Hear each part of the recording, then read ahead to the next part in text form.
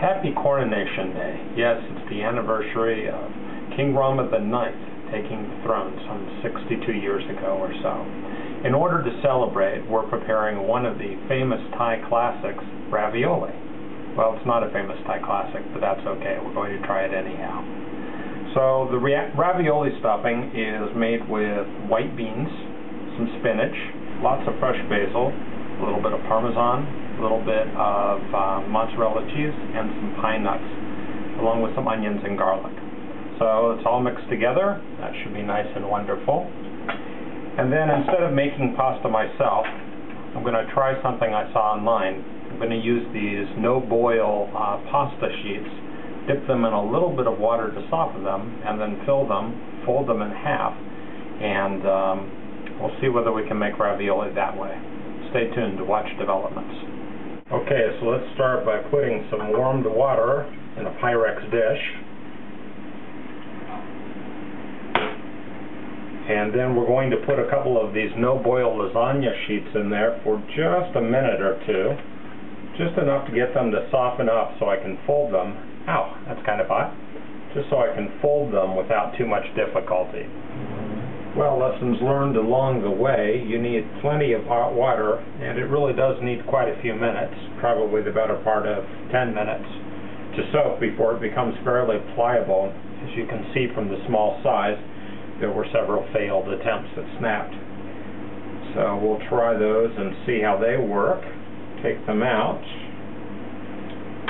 Put a small amount of stuffing in, not too much because you don't want to overload it.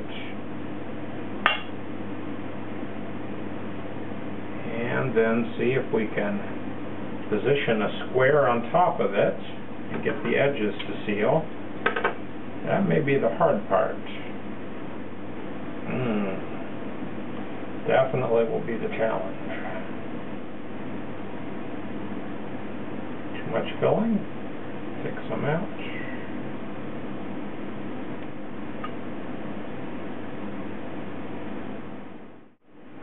Okay, yeah, a bit of a change of plans. That didn't work so well. Unfortunately, even when you soak it, the lasagna noodles don't get flexible enough to handle that really tight curve, so getting a lot of breakage and edges that aren't sealing properly. So we're on to a new recipe, manicotti, because the noodles are flexible enough to be rolled up. So I'm just stuffing them and then rolling them up, and I think I can get 10 noodles in, throw some more sauce on top, sprinkle some cheese, and we'll bake it, and we'll call it an entirely different dish. And that's what we call innovation. So since we're doing manicotti now, we take one of the noodles that is flexible, but not quite flexible enough to fold all the way, and then we take a little bit of filling, not too much because it's going to fall out the ends anyhow, so no need to waste. And then we go ahead and take it and roll it up. And the natural starchiness of the noodles causes it to seal pretty nicely along the side. And then we just take it and slip it in, and maybe throw a little bit of the leftovers right on the edge, and there you go. So easy. Got a bunch of leftover topping. I'm not sure whether to put it on or not. You know, who knows. Hate for it to go to waste though, so let's just go ahead and spread it on top. And then some sauce. Yeah, I know I'm using jarred sauce, but frankly I thought I was making ravioli. So as situations change, prepared sauce comes out of the cupboard.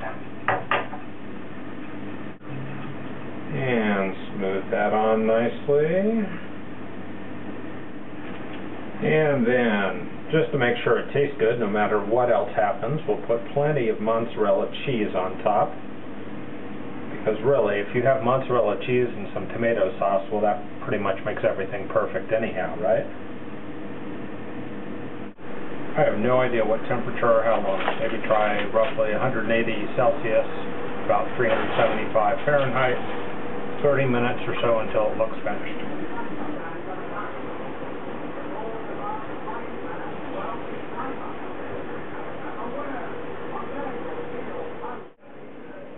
And so there you have it, a beautiful manicotti. Well, it started out as a ravioli, but it turned out as a manicotti. What a perfect way to celebrate a Thai holiday like Coronation Day.